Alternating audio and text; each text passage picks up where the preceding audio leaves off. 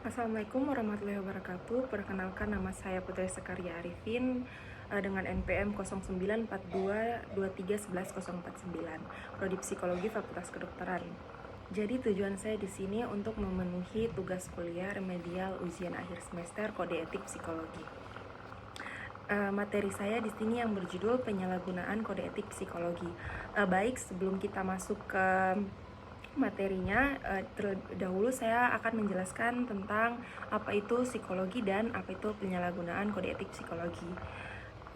Psikologi merupakan salah satu profesi di bidang kesehatan yang lekat dengan hubungan interpersonal dengan klien atau pasien. Salah satu kewenangan psikolog adalah memberikan diagnosis terkait kesehatan mental individu dengan memperhatikan kebutuhan dan hak klien. Unsur penting dari hak klien adalah terkait dengan rekam psikologis yang memuat kondisi psikologis klien pada saat dan sesudah melakukan konseling. Kerahasiaan rekam psikologis klien diatur dalam Kode Etik Psikolog bab 5 pasal 23 sampai 27 yang berisikan panduan psikolog dalam bertanggung jawab atas rekam psikologi yang ia buat. Pada perkara nomor 463 garing PDT garing 2013 garing PN Jakarta Selatan ditemukan adanya pelanggaran hak berupa pembukaan rekam psikologis klien anak ke publik yang menyebabkan adanya pelanggaran hukum yang terjadi. Dampak dari perkara ini menyebabkan para tergugat dinyatakan bersalah dan dikenakan hukuman administrasi berupa pergantian ganti kerugian material maupun imaterial.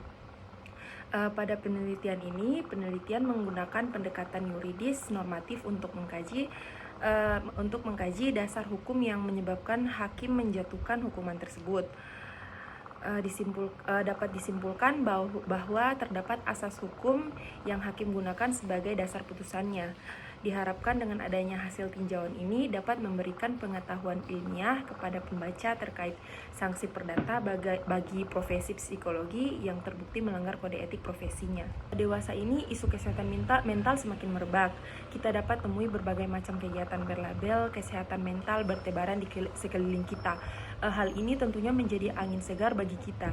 Masyarakat menjadi lebih peka dan mulai tidak ragu untuk membahas isu yang dahulu dianggap tabu untuk dibahas. Artinya, tingkat literasi kesehatan mental masyarakat Indonesia sudah mulai berjalan ke arah yang lebih baik dan cenderung meningkat. Kesehatan mental merupakan salah satu dimensi dalam wilayah kajian ilmu psikologi. Psikologi sendiri dapat diartikan sebagai ilmu jiwa yang membahas bentuk pola perilaku manusia dan struktur mentalnya. Tentunya dalam memberikan kontribusi keilmuannya, psikologi memiliki berbagai macam lini pelayanan yang dapat digunakan oleh masyarakat umum seperti konseling, psikotes, pengembangan diri, training dan coaching, dan assessment center. Saat ini layanan psikologi pun semakin berkembang seperti penyediaan layanan konseling daring maupun luring, psikotes daring dan luring, serta tes rekrutmen kerja yang dapat dilakukan secara jarak jauh untuk memberikan efisiensi waktu dalam melakukan rekrutmen. Tentunya dalam mendukung layanan ini diperlukan tenaga ahli yaitu psikolog dalam memberikan layanan tersebut. Mengingat sesuai dengan kode etik Himpunan Psikologi pasal 1 ayat 3 bahwasanya psikolog berwenang dalam memberikan pelayanan psikologi yang meliputi praktik klinis dan konseling, intervensi psikologis, dan lainnya, yang tentunya memiliki kewenangan yang berbeda dengan ilmuwan psikologi. Psikologi sendiri merupakan profesi psikologi yang memiliki surat izin praktik psikolog dan memiliki surat tanda registrasi psikolog bagi psikolog klinis. Dalam skema pendidikan psikologi, psikolog merupakan individu yang memiliki latar belakang pendidikan magister profesi psikologi di bidang tertentu.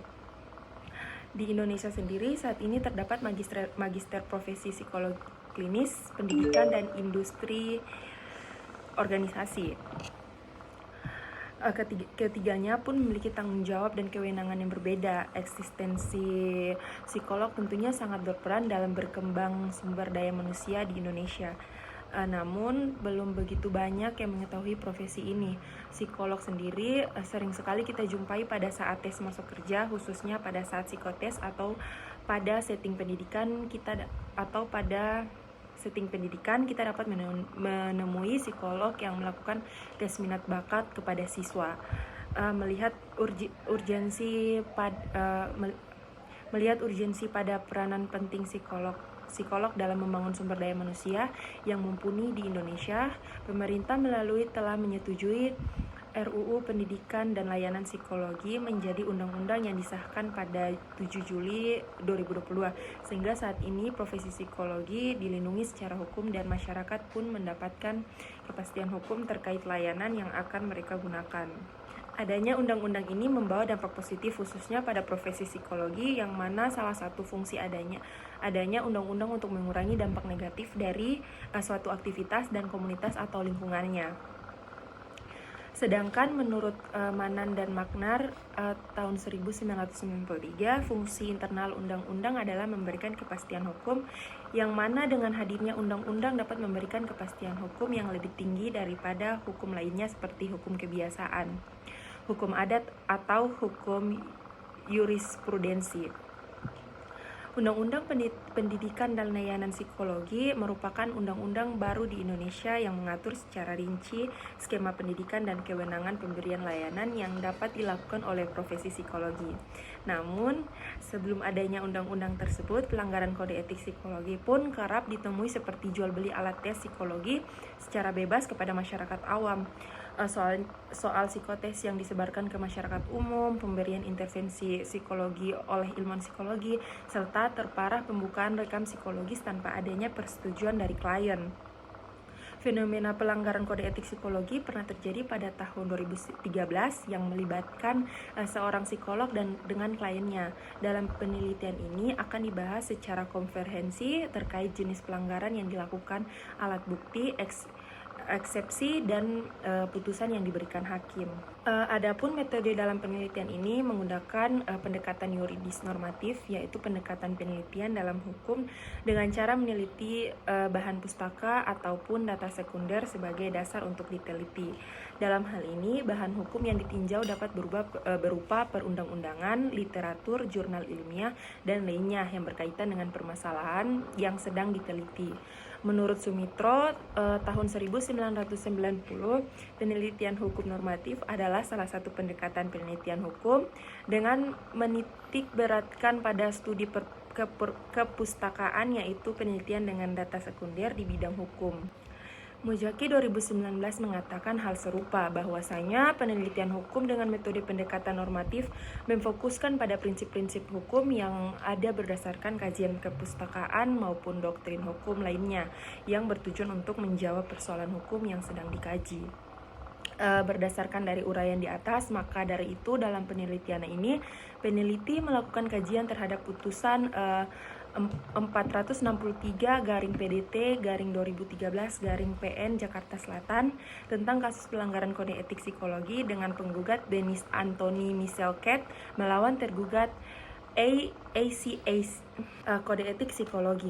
Jadi profesi psikologi di Indonesia terbagi atas dua jenis, yaitu ilmuwan psikologi dan psikolog. Kedua profesi ini dinaungi oleh Himpunan Psikologi Indonesia atau HIMSI yang mengatur layanan yang dapat diberikan oleh kedua profesi tersebut. Dalam praktiknya, kedua profesi ini memiliki landasan kode etik profesi menurut Bertens 2005. Kode etik profesi adalah norma yang telah ditetapkan dan diterima oleh sekelompok profesi sebagai petunjuk tentang bagaimana seharusnya berbuat, bertindak, dan menjaga kualitas moral profesi yang bersangkutan di mata masyarakat. Kode etik profesi merupakan bagian yang tidak terpisah dari profesi psikologi. Dengan adanya kode etik ini menjadikan individu yang memberikan pelayanan psikologi menjadi terarah dan menimbulkan rasa harus berhati-hati dalam bertindak agar tidak melanggar kode etik yang telah ditetapkan. Melalui Kongres ke-11 Himpunan Psikologi Indonesia di Surakarta tahun 2010 menghasilkan buku kode etik psikologi yang berisikan ketentuan tertulis, pedoman bersikap dan berperilaku, serta pegangan bagi seluruh profesi psikologi dalam menjalankan aktivitas profesinya sesuai dengan kompetensi dan kewenangan masing-masing.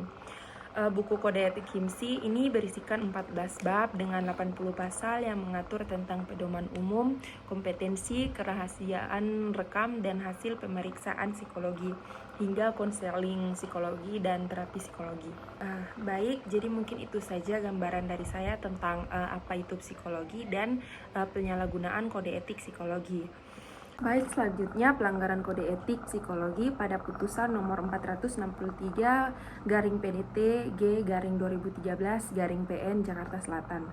Dalam perkara ini, penggugat atas nama Denis Anthony Michael Ket diwakili oleh kuasa hukumnya Andrew Bimaseta Siswodiharjo SH.MH, Ferry Iman Halim SH, Arya Bagus Prasetyo SH, Arif Mahfudin Ibrahim SH, Gatot Muniarji SH.MH, Vera Tobing SH, Ferry Astuti SH, Eko Arianto SH. Dalam kasus ini melawan tergugat satu ICAC Professional Service dengan kuasa hukum Haifa Seigar SH dan tergugat 2 Dr. Sherly Solihin dengan kuasa hukum Andre Simangun SH. Kasus ini bermula pada saat penggugat melangsungkan pernikahan di Melbourne, Australia. Ia bersama dengan istrinya kemudian melangsungkan pernikahan kembali secara Kristen di Jakarta, lalu mendaftarkan pernikahannya ke kantor dinas kependudukan dan catatan sipil. Pernikahannya pun dikaruniai seorang anak bernama Luke Xavier Ket. Selama menjalin pernikahan, diketahui keduanya tidak harmonis sampai pada Mei 2002. Istri penggugat mengusir penggugat keluar dari rumah dan melarang penggugat untuk bertemu anaknya. Berdasarkan keterangan penggugat, melihat selama ini istrinya memiliki kepribadian yang kurang baik menurut penggugat.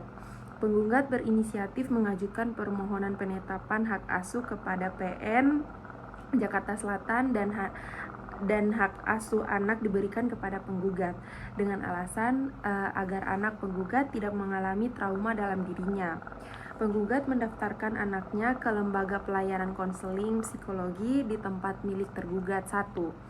Pada sesi konseling yang dilakukan pada 11 Agustus 2012, penggugat juga ikut adil menemani anaknya, namun karena lebih banyak diam, maka yang lebih banyak berbicara adalah penggugat dan tergugat 2. Dalam pembicaraan antara penggugat dan tergugat 2, tidak ada sedikitpun membahas mengenai penculikan, penyekapan, kondisi psikologis anak yang memiliki gangguan kecemasan dan dalam kondisi bahaya. Pada 4 Oktober 2012, secara tiba-tiba penggugat dan anaknya yang sedang di rumah dibawa ke Polda Metro Jaya dengan alasan ada perbuatan yang tidak menyenangkan, pasal 335 KUHP. Namun setelah melakukan pemeriksaan, polisi tidak menemukan kesalahan yang dilakukan oleh penggugat sehingga dikeluarkan SP3 pada kasus tersebut. Pada tanggal 5 Oktober 2012, dengan maksud mendapatkan kejelasan terkait keinginan anaknya untuk bersama ayah atau ibunya, penggugat bersama dengan anaknya mendatangi Komisi Perlindungan Anak Indonesia (KPAI) dan melakukan konferensi pers dengan hasil anak penggugat lebih memilih untuk bersama ayahnya. Pada tanggal yang sama, penggugat mendapatkan kopi surat nomor ICAC garing LK garing 9 garing 2012 tertanggal 26 September 2012 yang dibuat dan ditandatangani oleh tergugat 2 serta dikeluarkan secara resmi oleh tergugat 1. Penggugat menjadi terkejut dan heran karena isi dari surat tersebut sepenuhnya keliru dan tidak sesuai dengan isi pembicaraan pada tanggal 11 Agustus 2012. Penggugat menyatakan keberatan atas surat tersebut pada bagian to whom it may concern. Surat ini tidak jelas ditunjukkan kepada siapa, melainkan ke semua pihak. Yang kedua, anak telah hilang selama 19 hari sejak surat dibuat. Yang ketiga, anak telah mengalami gangguan kecemasan yang disebabkan pengalaman buruknya atau penyekapan oleh ayahnya. Yang keempat, pada tanggal 7 September 2012, ayah Luke tanpa sepengetahuan sang ibu menculik Luke. Kelima, mengingat mendesaknya kasus penculikan dalam keluarga ini, saya sangat mendesak penegak hukum dan kejaksaan di semua tingkat pemerintah yang bertanggung jawab untuk melakukan penyelidikan dan penuntutan kejahatan oleh orang tua. Yang selanjutnya, per penetapan pengadilan, Luke diperintahkan untuk kembali pulang bersama ibunya. Dalam hal ini, penggugat telah menyatakan keberatan atas adanya surat tersebut. Penggugat meminta maaf, namun para tergugat menolak dan keberatan atas permintaan tersebut. Penggugat menyatakan bahwa dengan adanya surat hasil rekam psikologis yang memberikan kesan bahwa penggugat merupakan orang yang tidak bertanggung jawab, berdampak pada kehilangan kepercayaan diri, dan memilih untuk berhenti bekerja yang menyebabkan kehilangan pencahariannya sebesar 80 juta per bulan. Berdasarkan bukti yang ada dan kerugian yang dialami oleh penggugat mengajukan tuntutan ke para tergugat melalui PN Jakarta Selatan. Adapun putusan hakim atas kasus putusan nomor 463 garing PDT G garing 2013 garing PN Jakarta Selatan, dalam putusannya hakim menolak seluruh eksepsi tergugat 1 dan tergugat 2, dan dalam pokok perkara menerima gugatan penggugat untuk sebagian. Menyatakan tergugat 1 dan tergugat 2 telah melakukan perbuatan melawan hukum, menghukum tanggung renteng untuk membayar ganti kerugian penggugat sejak putusan berkekuatan hukum, yaitu kerugian materi sebesar 80 juta kali 12 bulan dengan jumlah 960 juta dan kerugian imaterial sebesar 100 juta. Hakim juga menyatakan bahwa gugatan rekonvensi tergugat 1 dan tergugat 2 kompensasi tidak dapat diterima. Dalam konvensi dan rekonvensi, hakim juga menghukum tergugat 1 dan tergugat 2 untuk membayar biaya perkara dalam perkara ini sebesar 916.000. Jadi terkait kasus penyalahgunaan kode etik psikologi yang barusan saya sampaikan, bahwa berdasarkan hasil dari putusan ini, hakim menjatuhkan hukuman kepada para tergugat dengan dalil yang ada. Hal ini menunjukkan bahwa profesionalitas profesi psikologi harus dijunjung tinggi dan menaati kode etik yang ada. Terlebih terkait dengan rekam psikologis atau hasil pemeriksaan psikologi seseorang yang memang harus dirahasiakan. Selain itu, nilai kerahasiaan klien juga harus dijaga dengan baik dan menghargai klien, terutama jika klien dalam hal ini anak yang masih dalam tanggung jawab walinya, sehingga apapun keputusan terkait anak harus disertai dengan persetujuan lisan maupun tertulis dari walinya. Informed consent atau persetujuan tindakan merupakan bagian yang tak terpisah dari sebuah tindakan intervensi medis, sehingga haruslah jelas apa saja aspek yang dilindungi, pelayanan yang dapat didapatkan, dan jenis tindakan yang dapat dilakukan. Selanjutnya, pada kasus perdata ini dapat melihat bahwa tindakan seseorang dapat berpengaruh secara material maupun imaterial, sehingga kerugian yang ditimbulkan akibat dari persengketaan yang ada harus diganti dan dipenuhi berdasarkan putusan yang ada. Kasus ini menjadi pembelajaran bagi seluruh insan profesional bahwasanya rekam medis baik yang dituliskan menggunakan tangan maupun rekam medis elektronik merupakan alat bukti penting dalam kegiatan terapeutik, sehingga pembukaan rekam medis haruslah sesuai dengan prosedur hukum yang ada atau sesuai SOP pelepasan sistem informasi rekam medis. Selain itu, fungsi penting dari adanya rekam medis adalah untuk menjamin hak-hak pasien dan tanggung jawab profesional dalam memberikan pelayanan. Dengan adanya kasus ini, kita dapat melihat pada tahun 2013, pada saat perkara ini disidang, ketetapan mengenai hukuman pidana pada pelanggaran kode etik psikologi belum ada. Berbeda dengan kedokteran yang memiliki Undang-Undang Nomor 29 Tahun 2004 tentang praktek kedokteran. Tercantum dalam pasal 322 ayat 1, terdapat ancaman pidana 9 bulan dan denda Rp9.000 jika membuka rahasia pasien. Selain itu, dari kasus ini, Himpunan Psikologi Indonesia sebagai organisasi yang menaungi profesi psikolog perlu memberikan tindakan tegas berupa sidang etik profesi, pencabutan izin praktik, atau hukuman lainnya agar memberikan efek jera terkait pelanggaran yang dilakukan. Kepada negara, kasus ini dapat menjadi percontohan untuk mengkaji mengenai regulasi terkhususnya pidana bagi siapapun tenaga kesehatan yang melanggar kode etik profesinya. dan bahkan sampai merugikan pihak pasien. Kasus ini jika ditinjau melalui aspek hukum kedokteran, terdapat pelanggaran etika dan profesionalitas dengan membuka dan menyebarkan rekam medis pasien. Pelanggaran berat ini sangat merugikan bagi pasien karena data yang sangat amat konfidensial kini terbuka dan dapat dibaca oleh publik yang mungkin di masa depan bisa saja berdampak pada karir pasien ataupun kehidupan sosialnya.